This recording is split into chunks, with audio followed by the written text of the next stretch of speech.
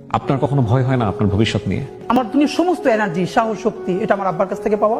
কিন্তু এতগুলো মানুষের জীবন চিরতরে অন্ধ, পঙ্গু, আমার সামনে বসে একজনের চোখ উপড়ে যাচ্ছে, যে চোখ এরকম চেপে ধরছে না। ওর মাকে যখন আয়না করে নিয়ে আসছে তখন ও খুব ছোট, ওরেও নিয়ে আসছে সাথে। ওর মাকে মারতে মারতে এমন অবস্থা হয়েছে, তো ও বলছে যে আমার মার একটু পানি দেন। এরপরে এমন লাথি মারছে, ওর মা ওর সামনে বাথরুম করে ফেলছে। একটা মেয়ে বলতেছে যে তাকে আয়না ঘরে নেওয়ার পর তার পিরিয়ড হয়ে গেছে মায়ের চোটে, তারপরে বলছে আমাকে প্যাড দেন। হু হু করে হাসতেছে। আপনি ভাবেন যে আপনার বোন আপনার, এবং সব থেকে ভয়াবহ, বাচ্চার চোখ ঝুলে যাচ্ছে। এখন পর্যন্ত বেওয়ারিশ কতগুলো লাশ আমরা শনাক্ত করতে পারি নাই। তো আমার পাশে একটা ছেলে ছিল, আমার চেয়েও বয়স কম, ওর পরনে একটা মাস্ক ছিল, হাতে লাঠি ছিল। তো হঠাৎ করে দেখি ও আমার মনে হয় একটু দূরে ছিল, লুটিয়ে পড়েছে। ওর পুরো মুখে মাস্কটা, হাতটা দুভাবে এবার ছড়ানো, রাস্তার মাঝখানে গল গল করে রক্ত ড্রেনের দিকে চলে যাচ্ছে।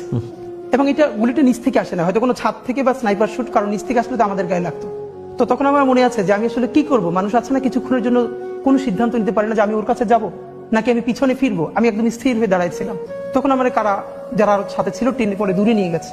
ওইটার পরে আমার সিদ্ধান্ত চূড়ান্ত হয়েছে যে ও তো আমার একটু পাশে ছিল, ওই গুলিটা তো আমার মাথায় আসতে পারতো। কিন্তু আল্লাহ যে ওরে নিয়ে গেল আর আমারে রেখে গেল, এর মানে আমার কিছু কাজ আছে, এই লড়াইটা আমার জারি রাখতে হবে।